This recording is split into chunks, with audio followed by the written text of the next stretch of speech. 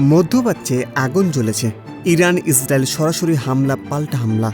এটা কি তৃতীয় বিশ্বযুদ্ধের টেইলার, নাকি আসল যুদ্ধ শুরু হয়ে গেছে?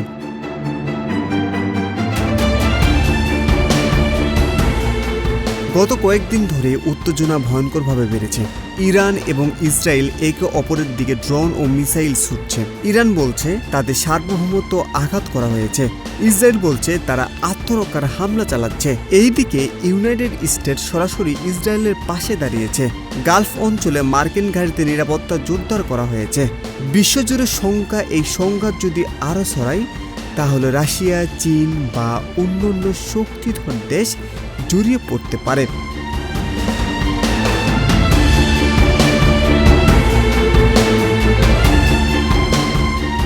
একটু ভাবো, প্রথম বিশ্বযুদ্ধ শুরু হয়েছিল একটা হত্যাকাণ্ড থেকে, দ্বিতীয় বিশ্বযুদ্ধ শুরু হয়েছিল সীমান্ত উত্তেজনা থেকে। তাহলে এবার এই আগুন কি পুরো বিশ্বকে গ্রাস করবে? অনেকে বলছে এটা তৃতীয় বিশ্বযুদ্ধ শুরু হতে পারে। আবার বিশ্লেষকরা বলছেন সব পক্ষই জানে সরাসরি বিশ্বযুদ্ধ মানেই ভয়ঙ্কর ধ্বংস, তাই শেষ পর্যন্ত হয়তো কূটনীতিতে ফিরবে। কিন্তু পরিস্থিতি খুবই টান।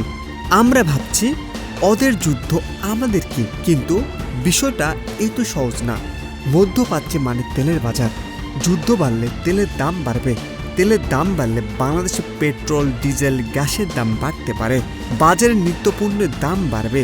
আর সবচেয়ে বড় কথা, মধ্যপ্রাচ্যের লাখ লাখ প্রবাসী বাংলাদেশি আছেন। যদি যুদ্ধ ছড়িয়ে পড়ে, তাদের নিরাপত্তা বড় প্রশ্ন হয়ে দাঁড়াবে। একদিকে মানুষ শেল্টারে দৌড়াচ্ছে, অন্যদিকে সোশ্যাল মিডিয়ায় যুদ্ধের ভিডিও ভাইরাল হচ্ছে, স্টক মার্কেট কাঁপছে, এয়ারলাইন্স ফ্লাইট বাতিল করছে। প্রশ্ন একটাই, এটা কি সীমিত সংঘাত থাকবে, নাকি সত্যি বড় যুদ্ধ লাগবে? পুরো বিশ্ব এখন তাকিয়ে আছে মধ্যপ্রাচ্যের দিকে। আপনাদের কি মনে হয়, এটা কি তৃতীয় বিশ্বযুদ্ধের শুরু, নাকি কয়েকদিনের উত্তেজনার পর থেমে যাবে? বাংলাদেশের উপর কতটা প্রভাব পড়তে পারে এই যুদ্ধটা? কমেন্টে আপনার মতামত লিখে জানাও।